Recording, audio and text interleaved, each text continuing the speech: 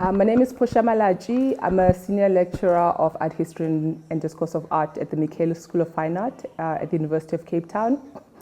A part of my pedagogy is teaching both art theory from across the continent, but also curatorial practices. So I practice as an independent curator, which means that I'm not necessarily affiliated with an institution. I was very glad to be invited for the mentorship program for East Africa that is run by the Norval Foundation, because as I was starting out as a curator, I didn't necessarily have formal curatorial practice or education. Rather, I did train as an art historian. So when I started out, it was very important for me to sort of tap into the curatorial community and reach out to my elders who had been doing it for a very long time. And it was very beneficial for someone who hadn't actually studied the profession. So I acknowledge the importance of mentorship, specifically how sort of people who have been working for a very long time can impart knowledge on the younger generation. So to be invited to this platform was really so incredible, not only because I would be able to pay it forward, as it were, but there's also, in a mentorship, it's never really a one-way situation. You're also learning from the other person. So in this journey, I've also learned a lot about East African curatorial practices, which has been incredibly enriching, has expanded my view of what's happening across the continent.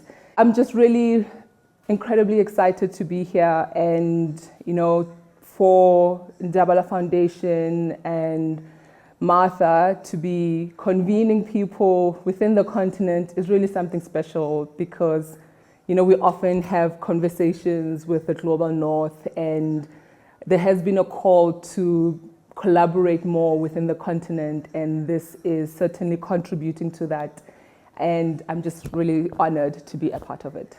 Major difference is that South Africa has started incorporating these curatorial courses in the university. For instance, UCT has a Center for Curatorial Studies, and they have an honors program in curatorship.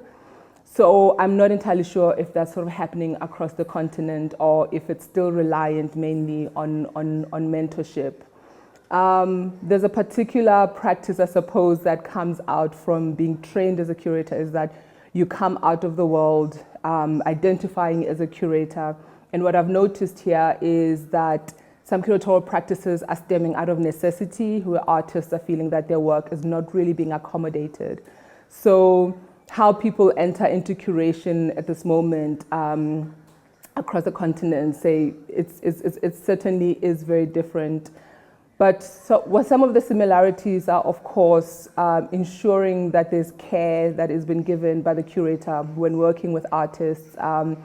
And one of the similarities is negotiating, I think, the relationship with the artist, which can be sometimes a little contentious. Tensions can arise, but you have to sort of find ways of navigating the situation and ensuring that by the time an exhibition comes into fruition, there is happiness across the board. So I think the similarities would largely be with the challenges that we have and the things that we have to negotiate, which seem to be universal.